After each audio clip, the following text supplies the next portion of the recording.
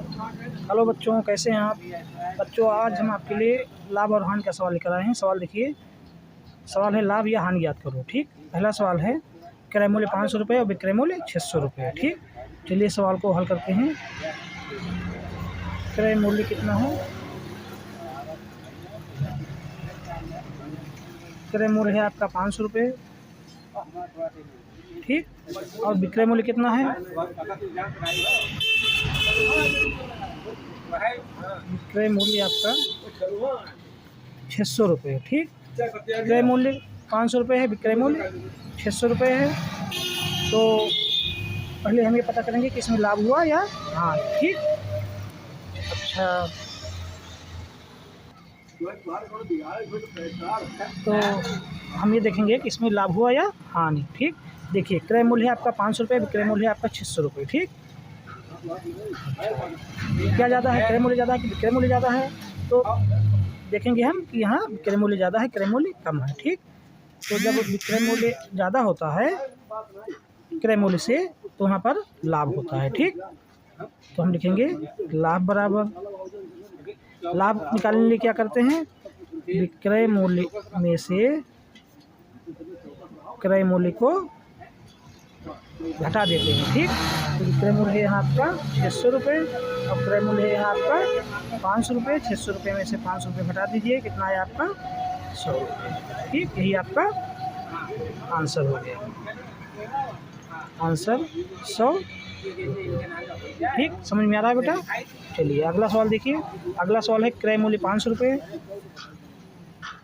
दूसरा सवाल है आपका क्रय मूल्य 500 रुपये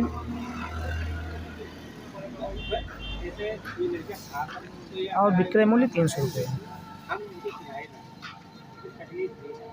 विक्रय मूल्य कितना है? 300 रुपये। ठीक, क्रय मूल्य आपका 500 रुपये है, विक्रय मूल्य 300 रुपये है। कौन ज़्यादा है? तो देखेंगे कि हम क्रय मूल्य ज़्यादा है, विक्रय मूल्य कम है।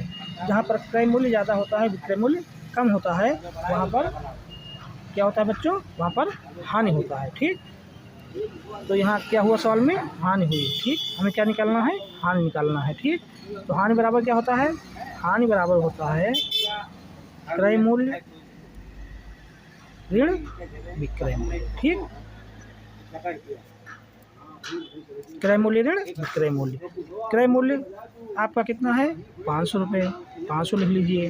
विक्रय मूल्य आपका कितना है? 300 रुपये, 300 रुपये लिख लीजिए। ठीक, अब 500 में 300 घटा दीजिए तो कितना आएगा आपका? 200 रुपये। क्रय मूल्य 500 रुपये, विक्रय मूल्य 300 रुपये, तो वहाँ पर हानि होगा। जहाँ पर क्रय मूल्य ज़्यादा और विक्रय मूल्य कम होगा वहाँ पर हानि होगा।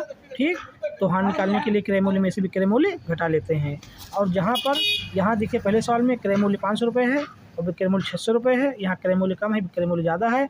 जहाँ पर क्रय मूल्य कम होता है, विक्रय मूल्य ज़्यादा होता है, वहाँ पर लाभ होता है। और लाभ निकालने के लिए क्या करते हैं? विक्रय मूल्य में से क्रय मूल्य को घटा लेते हैं। लाभ निकालने के लिए विक्रय मूल्य में से क्रय मूल्य को घटा देते हैं और हानि निकालने के लिए क्रय मूल्य में से विक्रय मूल्य को घटाते हैं। ठीक, तो यहाँ पर हानि आपका आया 200 रुपये, यही आपका आंसर हो गया। ठीक, सवाल समझ में आया बेटा? ओके।